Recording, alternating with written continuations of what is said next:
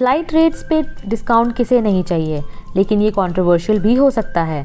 Skip lagging, जिसे hidden city या throw away ticketing भी कहते हैं, फ़्लाइट बुक करने का एक तरीका है जिसमें लेओवर ही ट्रैवलर का एक्चुअल और इंटेंडेड डेस्टिनेशन होता है।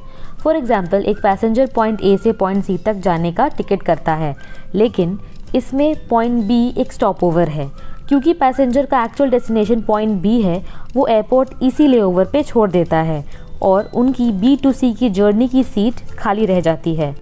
बिजनेस इनसाइडर के रिपोर्ट में ये दिखाया गया था कि पिछले साल लेट जून में अगर आप न्यूयॉर्क से एम्स्टर्डम गए थे तो आपको $2,850 लगे होंगे, लेकिन अगर आपने New York to London city via Amsterdam की फ़्लाइट बुक की होगी तो आपको सिर्फ $2,150 देने पड़े होंगे, यानी $700 की सेविंग्स।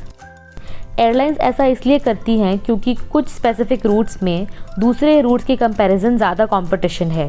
एयरलाइंस अपने कस्टमर्स को एक हब स्टॉप देकर लो प्राइस कर देती है ताकि डायरेक्ट सर्विसेज देने वाली दूसरी एयरलाइन से वो कम्पीट कर सके। एक वेबसाइट skiplagging.com ने तो इस कॉन्सेप्ट के अराउंड बिजनेस भी बना लिया था, जिसे बाद में यूनाइटेड एयरलाइंस और ट्रैवल वेबसाइट ने सू कर दिया था क्योंकि एयरलाइंस को ये बिल्कुल पसंद नहीं आया। वो इस स्किप लैग सीट को भर नहीं पा रहे थे।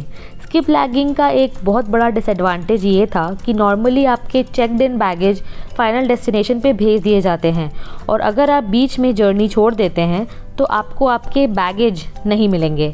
खैर, अब तो एयरलाइंस स्किप लैगर्स पर काफ़ी ध्यान दे रही है। इसका असर आपके frequent flyer mileage, elite status और मेंबरशिप पे पड़ सकता है।